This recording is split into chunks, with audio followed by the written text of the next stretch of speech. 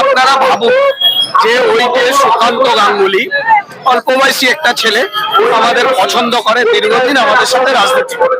2019 সালে আমাদের সাথে এরা বিজেপিতে যোগ দিয়েছে। তারপর থেকে দীর্ঘদিন এরা বাড়ি ছাড়া, বাড়িতে দুটো দুধের শিশু ছিল, সেই অবস্থায় এদের বাড়িতে বোম মারা হয়েছে, দরজার কাঁচ ভাঙা হয়েছে, জানলার কাঁচ ভাঙা হয়েছে। বৃদ্ধ বাবা মা, বাবা সামান্য একটা দোকানদারি করতো, সেটাও বন্ধ হয়ে গেছে। আজকে ওই সুকান্ত গাঙ্গুলি বাড়ি ছেড়ে অন্য জায়গায় থাকে। যাই হোক, তারা সুকান্ত গাঙ্গুলি রাজনীতিটা করে, তার স্ত্রী রাজনৈতিক লোকই নয়, রাজনীতি করেও না। সে বাজারে গেছিল, অথচ তারপরে ওই অতনু রায় চৌধুরী মানে ওই সুকান্ত গাঙ্গুলির স্ত্রী, তার বাবার থেকে বোধহয় বয়সে বড় হবে, বাবার বয়সী একটা লোক তাকে অকথ্য ভাষায় গালিগালাজ করে, হুমকি দেয়। মানে সে এমন ভাষা বলে, সে ভাষা আমি বলতে পারবো না।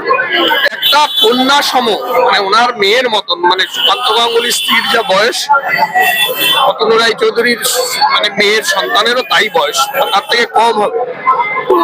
নিজের মেয়ের মতন কন্যা সম একজনকে ওই ভাষায় গালিগালাজ করতে পারে, এটা তৃণমূল কংগ্রেসই বোধহয় জানে। এবং তৃণমূল কংগ্রেসের নেতৃত্বরা এদের শাসনও করে না। আমি অবাক হই, তারা শাসন করে না, তারা নাম্বার নেওয়ার জন্য, তৃণমূল নেতার কাছে নাম্বার বাড়ানোর জন্য যার যা মনে আসছে বলছে করছে।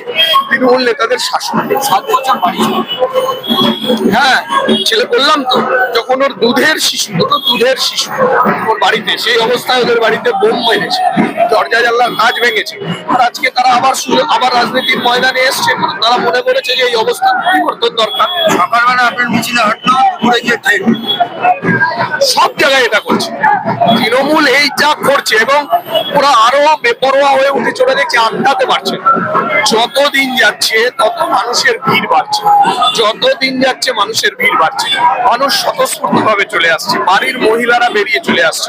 আর এখন যেহেতু ডিজিটাল যুগ, প্রচারে অনেক ক্যামেরা থাকে, আপনাদের ক্যামেরা থাকে, নিজস্ব প্রত্যেকের লাইভ হয়, সেই ক্যামেরা দেখছে, সেই ক্যামেরায় দেখছে যে কারা কারা মালা পরাচ্ছে, কারা কারা আশীর্বাদ করছে, তাদের গিয়ে গিয়ে হুমকি দেওয়া হচ্ছে। এই তো তৃণমূল কালচার, এই সংস্কৃতি বাংলা এরা চালাতে চাইছে। এই সংস্কৃতি বাংলা চায় না। বাংলার সংস্কৃতি সৌজন্যের সংস্কৃতি, যেখানে দু দলের প্রার্থী আলাদা আলাদা হবে, রাজনৈতিক লড়াই হবে, দিনের শেষে আবার একসাথে বসে গল্প হবে, চা হবে, মতাদর্শগত লড়াই চলবে, তর্ক বিতর্ক চলবে। সেখানে যে সংস্কৃতি বাংলা এরা তৈরি করেছে, মানুষ তো এরই বিরুদ্ধাচরণ করছে। মানুষ এই সংস্কৃতি চাইছে না।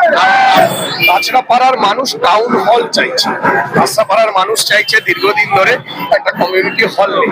সেটা আজ দীর্ঘদিন ধরে বাম জমানায় হয়নি, তৃণমূল 15 বছর ক্ষমতায় চলে এলো হয়। সেখানে একটা বোর্ড লাগানো আছে, যেটা 2021 সালে উদ্বোধন হয়েছিল।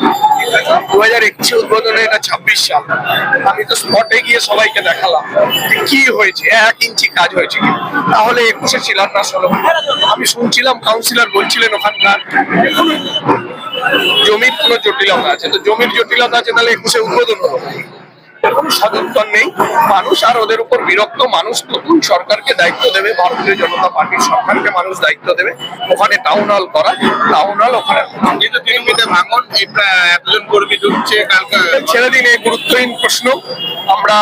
আমি বলছি, আমি একটা তালিকা দেবো আপনাদের মাধ্যমে, আপনারা বিধায়ক চেয়ারম্যানকে দেবেন যে কাদের কাদের আমরা রিজেক্ট করছি। আমি তালিকাটা দিয়ে দেবো, তাদের জামাই আদরে নিতে বলবেন, ওরা আমাদের কাছে রিজেক্ট। তো যারা যারা আমাদের কাছে রিজেক্ট, আমি তালিকাটা দিয়ে দেবো না, সুবিধা ওনার বেশি দিন সময় লাগবে না খুঁজতে, আমি দিয়ে দিচ্ছি। আজকে বললে আজকে দিয়ে দিচ্ছি, ওনাকে বলবেন তাদের সাথে যোগাযোগ করে তাদের জামাই আদরে বরণ করবেন। প্রতিবাদে বাংলায় অভয়ার উপর যে অত্যাচার হয়েছে আমরা দেখেছি। আমার আপনার বাড়ির মেয়েরা, অরাজনৈতিক মেয়েরা রাত দখলে বেরিয়েছিল। মানুষ এই অবস্থার পরিবর্তন চেয়েছিল। মানুষ এটা ভাবতে পারেনি যে একটা সরকার কতটা নির্লজ্জ হলে অভয়ের মতন ঘটনাকে ধামাচাপা দিতে চায়। মানুষ তো তার প্রতিবাদে রাস্তায় বেরিয়েছিল যে একটা সরকারের কাজ কোনো ঘটনাকে ধামাচাপা দেওয়া, সেটাকে আড়াল করা। তার প্রতিবাদে বাংলায় শিক্ষকরা রাস্তায়, শিক্ষকরা লাঠির বাড়ি খাচ্ছে, যোগ্য শিক্ষকরা চাকরি হারা হয়েছে। বাংলায় যে অরাজকতা, যে অপশাসন, যে অনাচার, তার বিরুদ্ধে প্রতিবাদ আগুন ছাড়া হয় না। তাই আমরা মশাল জেলে এই তপ্ত আগুনে এই সমস্ত অনাচার অপশাসনকে পুড়িয়ে ফেলি।